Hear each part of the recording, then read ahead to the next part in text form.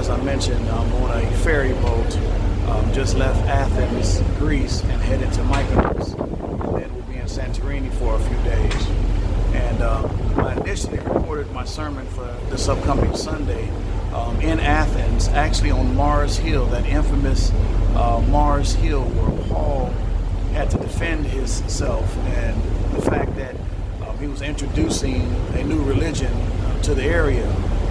Of course, if you know your history, you're very aware that the Greeks and the Romans of that time and that era, of course, worshiped the Greek gods, the ancient Greek gods, and any other religion was forbidden and illegal. So when Paul traveled to Europe to preach the gospel, he was actually in violation. He was breaking the law. And so he was summoned to that judicial body of leaders to give an account and to explain what it was that he was presenting and promoting. And while he was doing that, of course, the Holy Spirit worked in such a mighty way, and Paul ended up leading his first convert here in Europe to Christ. And that individual happened to be a judge. And that judge not only gave his life to Christ, but ended up becoming a very influential individual, Diocenes. But at any rate, I'm going to share this message with you from the ferry here. I thought it would be interesting, to actually have this sermonic presentation brought to you from this great body of water. Several years ago, I had the privilege of going to Israel. It was part of an archaeological study, and while there, we were on the banks of Ashkelon and Gaza Strip, and was digging some 5,000 years deep, and traveled all over Israel and saw the great sites and the biblical places of significance and what have you. I even had an opportunity to baptize new converts from Africa in the Jordan River. And so now to be here in Greece, I've been to Greece before, but to come back to Greece and to spend this time here and to be able to deliver the message that I did on the other day on Mars Hill was definitely significant and a highlight as well. But today I just want to share with you this brief message. I want to continue from what I started last week, a message that I felt it was very important for me to share with so many people who are struggling and dealing with depression, dealing with suicidal ideation, and just dealing with thoughts of wanting to give up. And in that message, I shared some very interesting tidbits that hopefully you found interesting and helpful. In that particular message, we focused on Jeremiah in the 20th chapter, where Jeremiah, this prophet of God, this voice of the Most High, he had gotten to the point where he was so frustrated. He was so frustrated that he wanted to give up. As a matter of fact, he says, "I will not even utter the name of God anymore." And as he went through this period of depression and sadness and felt like quitting and giving up and didn't want to continue in ministry, the Bible says that he finally got to a point where he realized he had a case of the can't help it. And he says, "It's like fire that's shut up in my bones. I cannot not speak on the goodness of the Lord."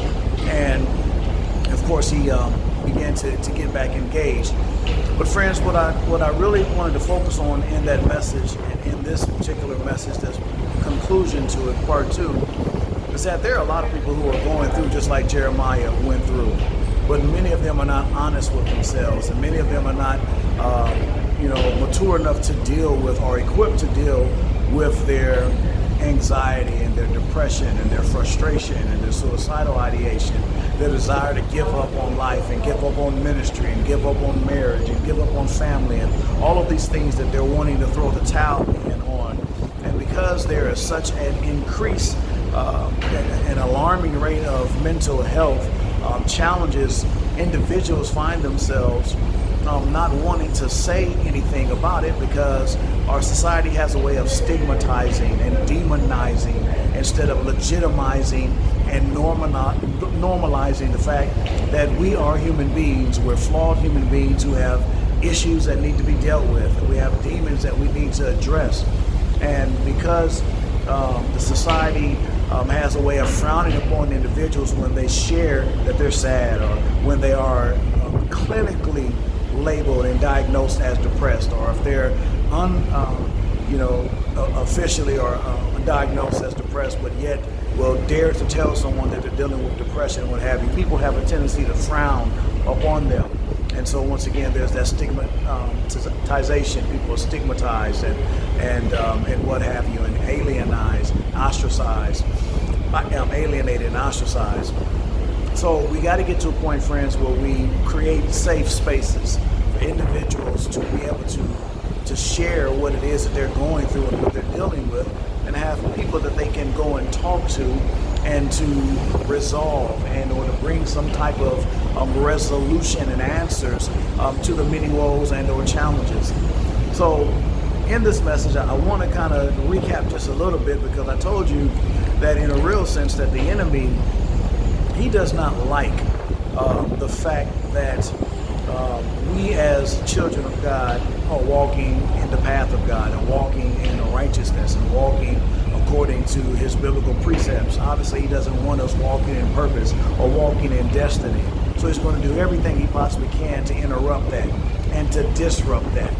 And so he uses spiritual warfare, and many of us are not aware that what we're going through is spiritual warfare. Yeah, the things that you're dealing with are attacks from the enemy and assaults from the enemy. And because the enemy is assaulting you and attacking you and attempting to get you to quit and give up, we need to be aware and we need to be armed. Preach, Pastor Sanders. I'm doing the best I can. Yeah, he is bringing against us assaults and attacks and making attempts. And it is the onus upon us to be aware and to be armed. And to be armed means that you have that spiritual weaponry that God gives to us. Because as I told you before, we don't fight against flesh and blood, but against principalities and powers and high places and wickedness that is in the invisible realm. I know some of you don't believe that, and you try to minimize that, but it's real. You can minimize it all you want to. You can disbelieve it all you want to, but it does not change the fact that it exists. So, friends, we gotta arm up. We gotta gear up, because we gotta fight this battle on a different level and in a different realm. Yes, indeed. So I told you that the enemy, what he does is he tries to attack us when we are most vulnerable. A couple weeks ago, we preached about Jesus being in the wilderness, and while he was fasting for 40 days and for 40 nights, he was very vulnerable. He was hungry and he was weak. And that's when the enemy thought it was the most opportune time to attack him and to make attempts of getting him to detour and or to abort. And he tried to distract him and to discourage him.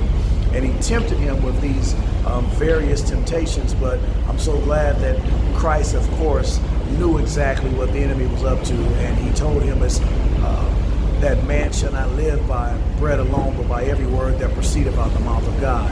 He hit him with the word. And so, friends, I told you that's what we have to do, is hit the enemy with the word. Because what he would do is he would try to exaggerate our situations, our setbacks, our scenarios, and our setups. He'll exaggerate it to the point that we think that things are far worse than what they really are. And when you get in your mind that something is bad, or it's the worst case scenario, or you feel as if you're the only one dealing with what you're dealing with and going through what you're going with, the enemy is putting you in a good place for him, a bad place for you, but a good place for him, because he's now infiltrated your mind and he's exaggerating things. And you think that you're the only one going through, or this is, worst case scenario and it's never going to get any better. I don't know what it is that you may be facing in life. Maybe it's health issues, maybe it's marital issues, maybe it's relationship issues. I don't know. It's a number of things, a myriad of things that you could be facing in life, but he tries to exaggerate your situation, set you down, scenarios and setbacks and setups. But not only will he exaggerate them, he will exacerbate Yeah, he will exacerbate them to the point that it becomes so irritating and annoying, and it just keeps on wearing at you and going at you and hitting you over and over and over and over again till he wears you down. And when he wears you down mentally and physically and emotionally, he knows that he has got you in a good place for him, a bad place for you, but a good place for him, because it is then and it is there that he is able to work on you in such a way that he gets you to lose focus and lose sight and to lose your footing. But watch this, not only will he exaggerate, not only will he exacerbate, but what he will also do is he will expose your imperfections. Yes, he will. And expose your weaknesses. And so you begin to look at yourself and any insecurity that you have and all of your imperfections that you have. So with our insecurities and those emotions and those insecurities of feeling insignificant or feeling as if you're insufficient and you don't have what it takes. Maybe you don't like who you are, or you don't like some particular quality about you and what have you. He's using all those things and getting in your mind, and he's exposing your weaknesses and your failures and all those things, and he's going to work. Y'all, he is doing damage, and he's getting you in a good place for him and a bad place for you. But not only does he do that, he will also exploit your emotions. And so now you're feeling some kind of way, and you're all in your emotions, and you're all in your head, and he's all in your head and what have you.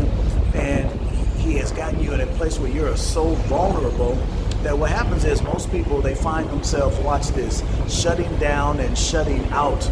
They'll shut down in life, and they'll shut themselves in life, and they'll shut others out. And that's the worst thing that you can do, because when he has you all to himself, all by yourself rather, he has you all to himself. And it is there in isolation. It is there in this place of loneliness that he can easily pick you off. You don't have the strength of other believers and friends and family to encourage you and to speak some sense and rationale into your life. And so what ends up happening is he's the only voice that you're listening to. And all these exploitations, the exploitations of your emotions, the exposure of your insecurities and your imperfections, and the exasperation of your situation and the exaggeration, all that stuff, he's using it all in concert to get the best of you and to take advantage of you. So friends, we got to be aware of what it is that he's doing.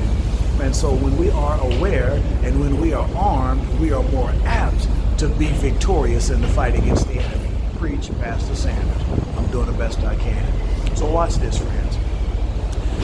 As we move along, there's a couple things that we need to do that will be helpful and that will be most instrumental to us in overcoming in these situations and in these scenarios when the enemy has done his best to pick you off and to knock you off and to take you out. The first thing we got to do is we got to learn to admit. Admit what's going on. I'm sad, or I'm angry, or I'm depressed. Admitting that something is wrong. You see, the first thing that he tries to get us to do is live in denial. Someone has rightfully suggested and created an acronym for denial, DENIAL. Don't even know I'm a lying or a liar. And we've got to admit it. For those who are in recovery, that's one of the first things that they have them do is they have them to admit, and then secondly acknowledge. And so you'll hear them say, "Hi, my name is Tony, and I'm an alcoholic," or "My name is Tony, and I'm this," or I'm that. It is admitting, because when you can finally admit and you can finally acknowledge that something is going on, you're now in a better position to deal with it. Because if you're denying it, you can't deal with it. Yeah, if you're denying it, you can't deal with it, and your demons start to deal with you, and they deal you a fit. Yes, they do. And so as we acknowledge and as we admit that something is going on, we put ourselves in a position where we are now open to finding solutions and finding resolutions. Now, you don't have to accept this state and stay in this state. You acknowledge it, you admit it, but you don't have to allow it to become your destiny, if you will. You don't have to allow it to define who you are. You may have some issues that have gotten the best of you, but they do not define who you are. And so it's important that we admit, it's important that we acknowledge, but it's also important that we do not allow it to control us and or to define who we are. So friends, listen, we've got to work very hard to word ourselves up so that we are guarded to deal with these various attacks of the enemy. Because I'm trying to tell you, it's a mind game, and it's an emotion game of emotions, and it's a roller coaster of emotions that you find yourself going through and dealing with. I'm glad that Jeremiah finally, I don't know all of the details, in terms of his revolution or his revelation or whatever it was that got him to the point where he says, I cannot give up, I cannot quit. It was something that was burning inside of him. And if I can throw this in and submit this to you, is that when we begin to discover purpose and when we walk in purpose, it is like fire shut up in our bones. Even though we want to quit, we got a case of it can't help it. I can't quit. I can't give up now. And friends, as I shared with you last week, even though I felt like giving up, there was something inside of me, burning deep inside of me, that would not let me wave the flag and throw in the towel. I had to keep on going. But see, that does not stop the thoughts from being there. Now, I shared with you that I had suicidal ideations and didn't feel like I wanted to be here anymore, and nothing was really going on. This is a great season in my life. God is doing great, wonderful things. Business is prospering. So many doors are opening for me. It's like I got all these wonderful things going for me. And so one would ask, well, why would you want to call it quits? Why would you not want to be here anymore? It's because the enemy plays with your mind. It's because he exaggerates and exasperates and exposes and he exploits. He does all these things. So even though things, are seemingly going well in one's life, and everyone is looking at them thinking that they got it going on, the enemy is doing a number on them, and they feel like, I don't even want to be here anymore.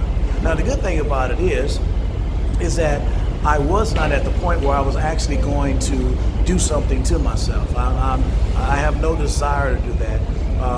But there were the desires of just not being here anymore.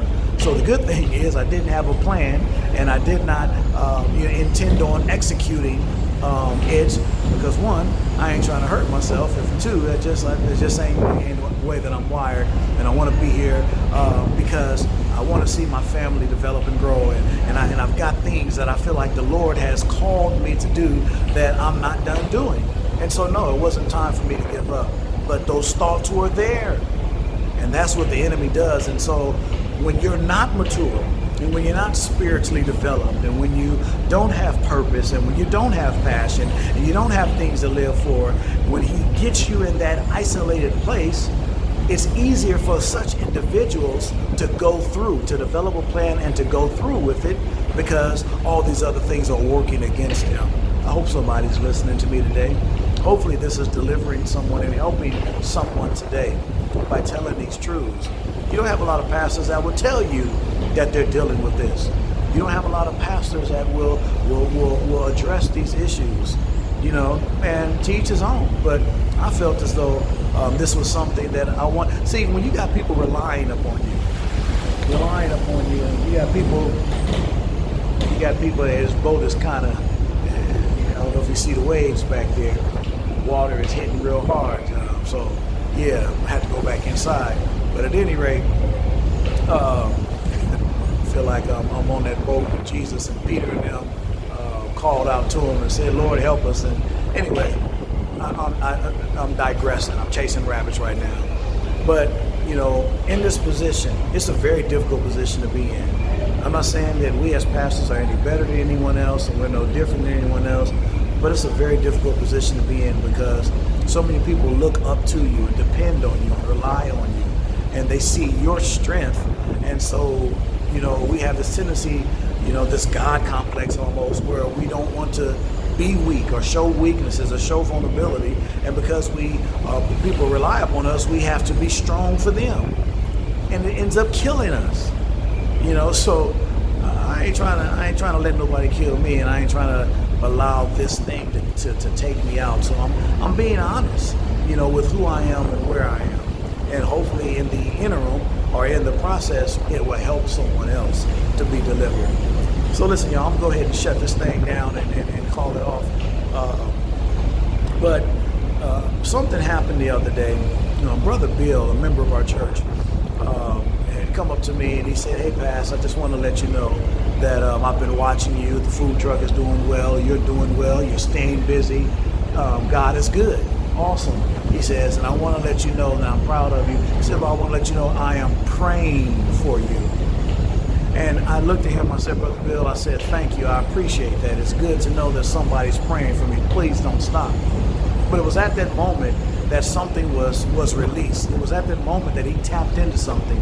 He didn't realize it. I didn't realize it. And I had to hurry up and shield myself because the tears were beginning to form in my eyes. And there was an explosion of emotion that was beginning to develop and finding his way out. And I just didn't want to break down in front of him.